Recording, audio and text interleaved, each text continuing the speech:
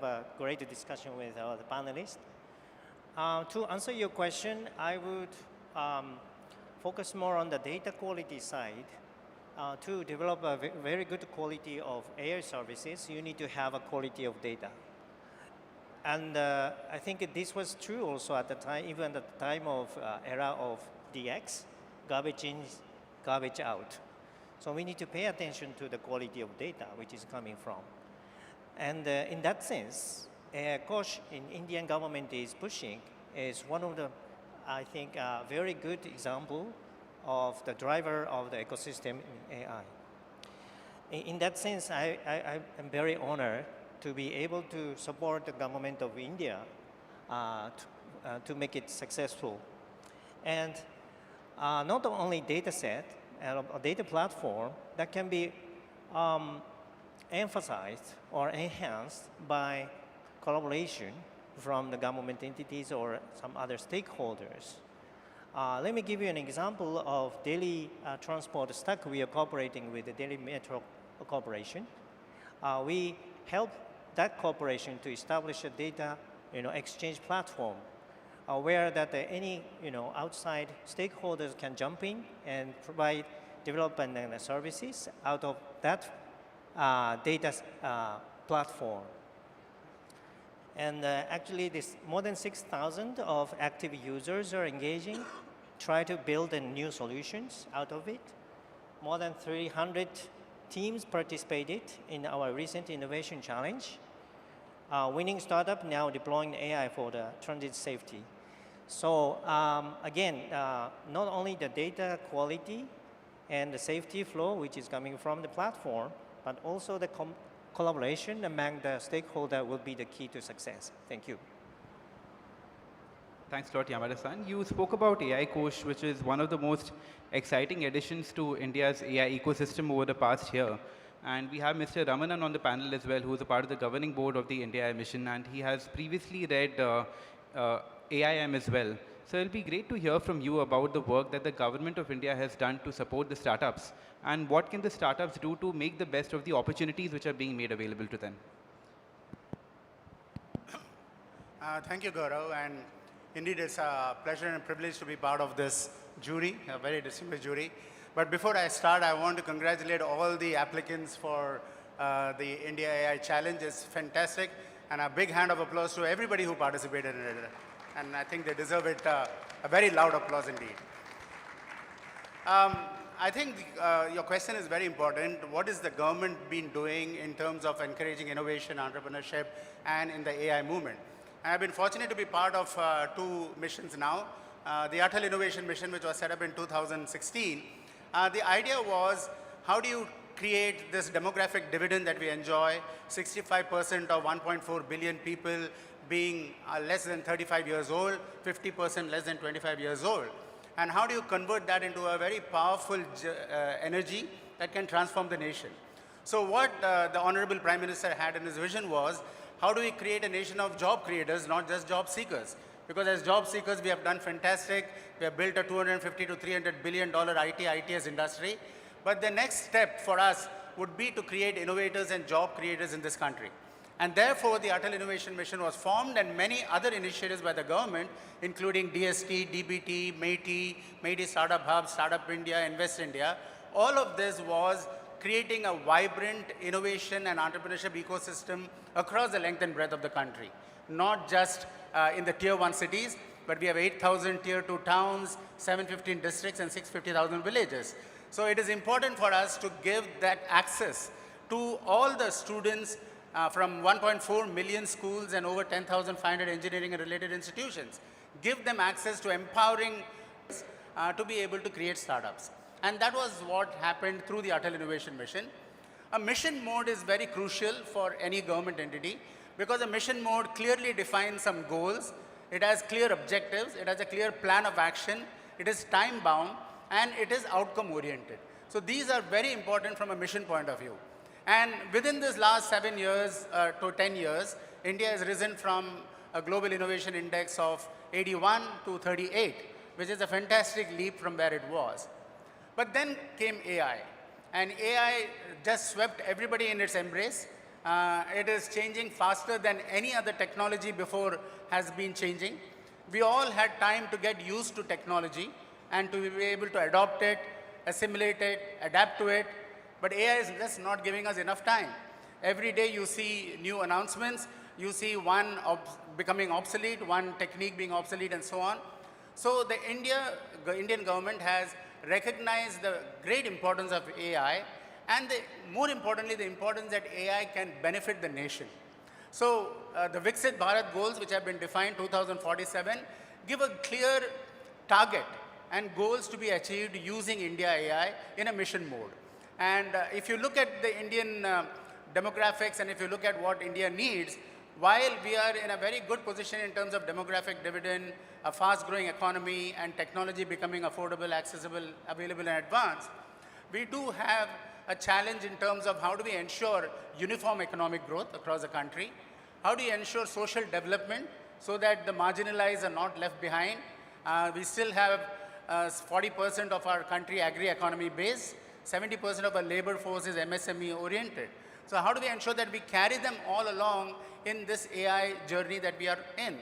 The third is we want to make it inclusive so that women get equally empowered as well as India has an opportunity for truly showing democratizing AI. You see the AI race, everybody is trying to see that can they become the first in AI. I think India's approach is different. We are saying can we democratize AI and let everybody benefit from it, and so not hiding it or using it as a source of power, but using it as a source of growth and general good. And I think that is beautifully encompassed by the 7 chakras or the 7 pillars of India AI's framework, and that is how in a mission mode it is being launched. And it's great to see the 35,000 plus people who have flocked to this particular India AI mission that talks about the power of influencing the masses and they becoming part of the movement. Thanks for sharing that, sir. I think hearing all this, it seems to be a very exciting time to be an AI startup. And beyond the government too, we have platforms like IdeaBuzz, which are doing a lot to support the startups. We just closed season 1 recently, Mudit, and the great surprise for the teams here is that we are going to have top 3 call to the season 2 as well. So it'll be great to hear from you more about the platform that you provide and how can the startups make the best of it. First of all, it's really an honor to be here in front of all of you guys. So thanks for the opportunity. So IdeaBuzz has conceptualized with a vision to democratize the access. See, talent is not a problem in our country. We have got humongous talent in our country across the length and breadth of our country. But what is the critical? It's that this from awareness, we are going to democratize access to create that inclusivity. And that's where IdeaBuzz has also conceptualized to create that democratization of opportunities, specifically in tier 2, tier 3, tier 4 cities. Irrespective whatever language you speak, irrespective whatever gender you are, irrespective whatever pin code you are from, the idea is to bring each and every stakeholder of the ecosystem on one platform with a single objective to scale the AI mission, so to speak. And one more thing which I would like to highlight is, yes, there are many innovations that are happening around us, but if we really want to scale that AI culture, if we really want to add empathy and ethics into this AI culture, it has to be a collaborative approach. Collaborative approach, not just from a government perspective, but from the entire investor fraternity, from the entire VC ecosystem. Practically every stakeholder has to execute that collaborative mindset to unlock the huge potential of the future that is coming up. One last thing just to add, that there has been concerns that AI replacing humans and all sort of thing. How we at IdeaBuzz are looking at that AI is there to unlock the human potential and not the replacement of human potential. Thanks for sharing that, Mudit. We see that this clearly is an exciting space and there are many different entities which are trying to pursue similar objectives. My next question for you, Karan, is given how competitive this space is, what do you look for in AI startups, or what would you guide them on to be able to stand out and be able to have their product be successful over time? No, I think it's a very good question, and maybe I'll just add on to something that that was mentioned earlier. You know, one of the reasons why India took such a big leap forward on in fintech using UPI and then just the whole public digital infrastructure space is because it was this collaborative approach, which was really spearheaded by the government and then taken to the next level by private enterprise, whether it was startups, whether it was banks, financial institutions, corporates, investors, and so on. And you need a very similar approach and probably accelerated 10x when we talk about AI, because just the impact at scale will be that much more, and probably more than 10x. But I think that there is already a little bit of a blueprint that India has, which very few countries have globally, which has transformed an entire industry in a matter of in less than 10 years. So I think that's one thing to keep in mind. As an investor, I think what's really important is, look, it's very hard to say that, you know, from a technology standpoint, one company is far ahead because the things on the ground level are evolving and changing so quickly and so rapidly.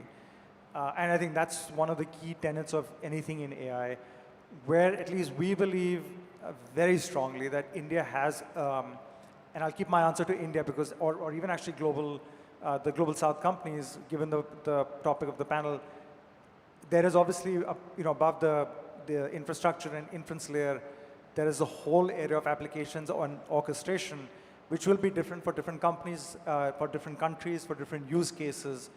And just given the type of population, the acuteness of problems, and the kind of problems that are so different than most parts of the world, I think that's where we think, at least, companies that are, I think, part of the challenge, but also the other ones that we've seen have a real right to win.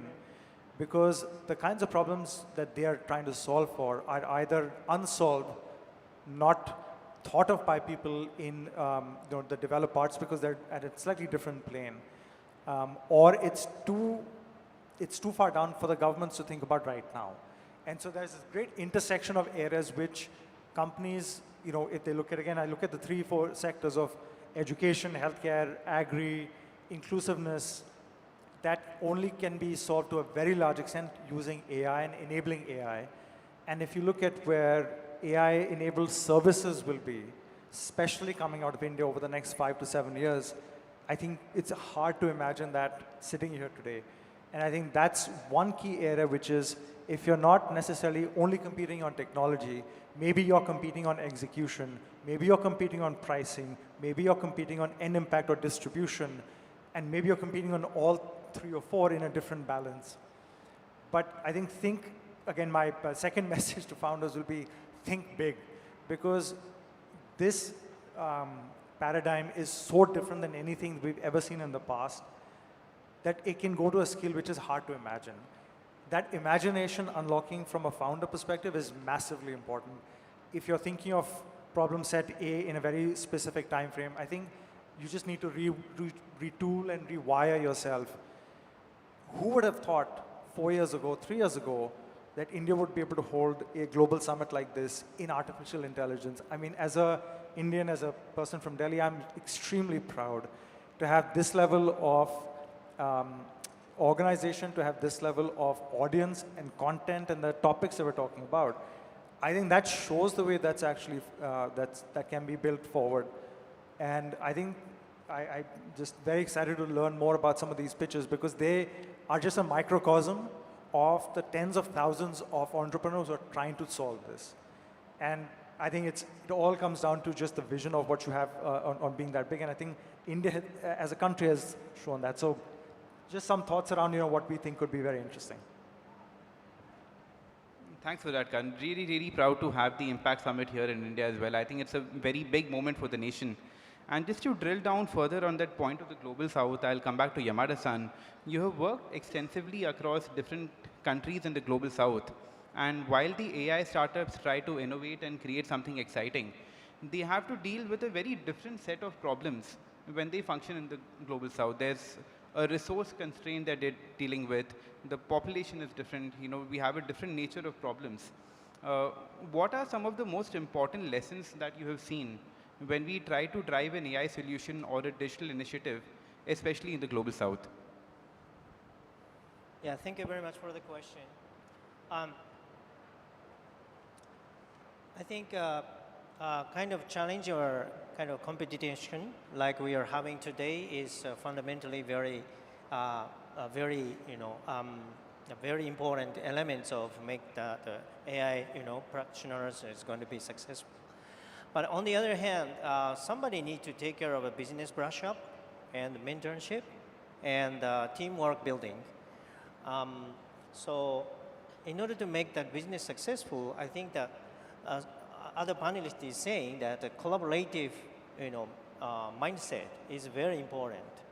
So I think not only selecting the good, startups in front of the audiences, but also how we are able to build a teamwork, inviting continuous, fund provider, as well as providing mentoring support to brush up their business and come up with the better, solutions. And how can I say, comparing to the developed countries, one of the feature of Global South is that I think a lot of things are moving faster and at the same time less regulated.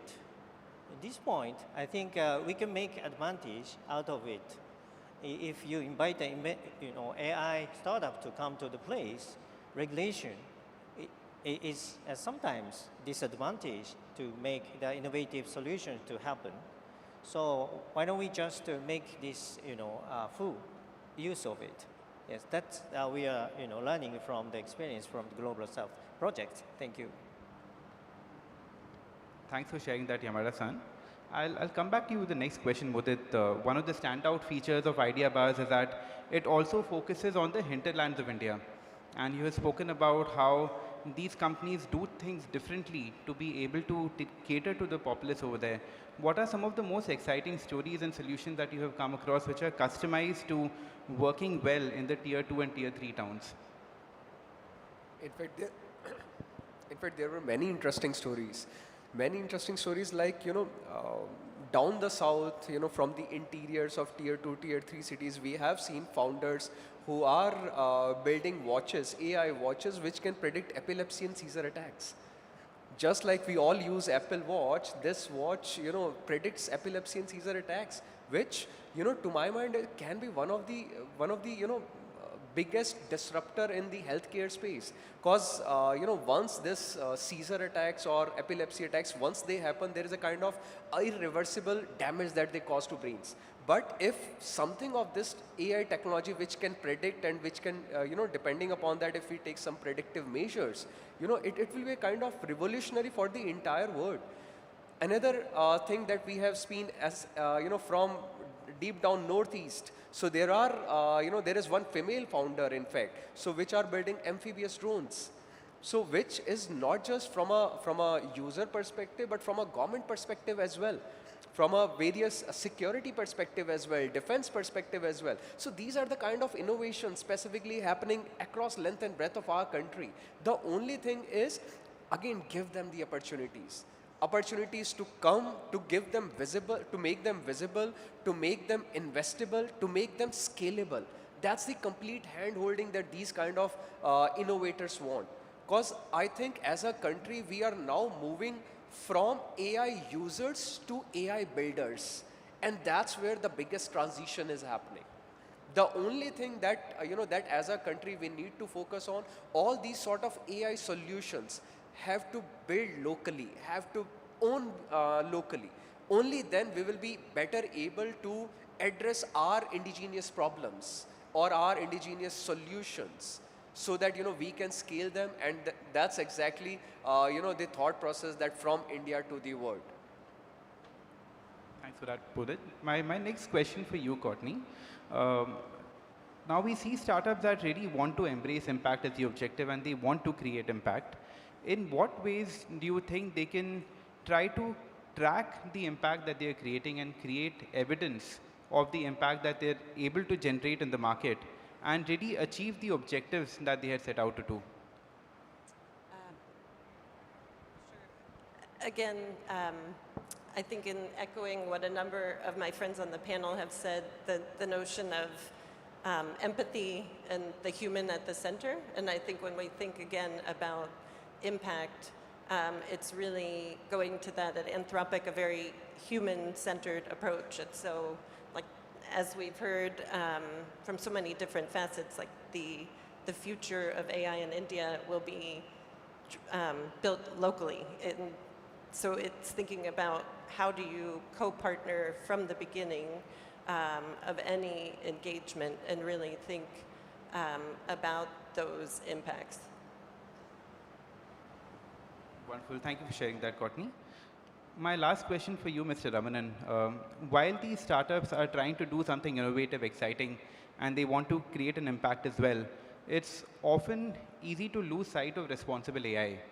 What do you think startups should keep in mind so that they are able to abide by the right governance norms and this does not just come as an afterthought after the product has been created? Yeah, Gaurav, that's a very important aspect. In fact, often governance gets relegated behind to the back, and finally startups have already developed a solution and then they find that it's either not inclusive or it is not addressing the socio-economic needs of the country, or is it, even from a financial management perspective, have they followed governance principles and so on. So it's very, very important from a governance point of view that you are following it right from day one. It includes, I've seen many startups, for example, they start off alone, they don't have a co-founder, and I think a co-founder helps bring a certain amount of discipline and a certain amount of bouncing of ideas to make sure that the startup doesn't flounder somewhere. From my point of view, for a startup in India to succeed and succeed well, there are 6 or 7 aspects from a governance point of view that you have to constantly keep in mind. One, is your solution unique, really unique? Is it scalable, as somebody pointed out? Is it investable, because otherwise you're going to die in a few days or a few months? Is it sustainable? Because if you don't have a sustainable solution, it's not going to get accepted in the marketplace. So that's one part. The second is the technology governance. How do you make sure that appropriate technology and not just advanced technology is being used? And many solutions in India require appropriate technology rather than very expensive advanced technology. And today, technology has to include the AI component because AI is immersive. And it's there everywhere. So if you don't have that AI component in your technology, you're probably not positioning yourself to succeed. The third part, from the point of view, is agility. Are you agile? So from a governance perspective, I always ask, do you have a plan? Do you have a plan in which you are executing it? Are you beating that plan, or are you executing at least according to the plan? And are you doing course corrections? And is someone overseeing that? I know that you have to do course correction because this path that you have taken is not succeeding. There is a lot of re-engineering of the startup that needs to happen, reiteration. Many startups create a product and then try to test it out in the market. You have to follow design thinking and system engineering principles. And again, that's a governance aspect which the technical people have to bring to the table. The next part is the team. Are you having the right team? Many startups, they start off nicely, but then suddenly some of the key members go out. How do you, make that team work together? Together everyone achieves more, we all know. And finally, I think leveraging the ecosystem is very important. Many startups don't know that these are the funds available. This is the accelerator funding available from the government and so on. So obviously, incubators have to play a role. There are 900 incubators in India. But I think even the incubators have to be aware that these are all the various funding schemes, and this is how you draw the VC network in. How do you give demo days and all of that? Especially in tier 2, tier 3 cities and tier 4 cities, as you said, IdeaBuzz, there is a paucity of that. All the VCs and investable capital goes into the tier 1 cities, and they often neglect a great startup from a tier 2 city. And finally, I think, this is nothing related to governance, but if a startup team doesn't have passion and persistence, it's not going to succeed. And I consider that as an inherent part of your governance, that you should have that passion and you should have that persistence, and you will succeed. Because in a country like India, everything is in demand. I mean, you have 1.4 billion people, so the demand is there. So even if you have a slightly good idea and then you exploit that, it's going to succeed. Thank you very much, sir. This has been such an exciting discussion. I wish we could go on for longer, but unfortunately, this is all that we have time for. A big round of applause, please, for our fantastic jury panel. And next, we'll begin the round of pitches from the top 20 teams who are here as a part of the AI for All Challenge. So please stay tuned for that. Thank you.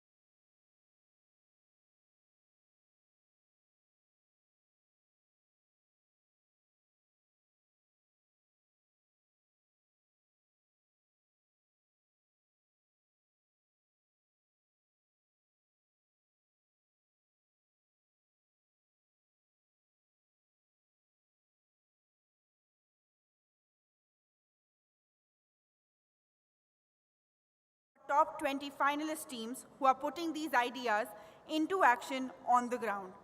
Each team will have 10 minutes, 5 minutes to pitch, followed by a 5-minute Q&A with our jury members. We kindly ask our teams to be mindful of the time limit. There will be a time limit that will be on the screen in front of you that will give you a heads up so that we can ensure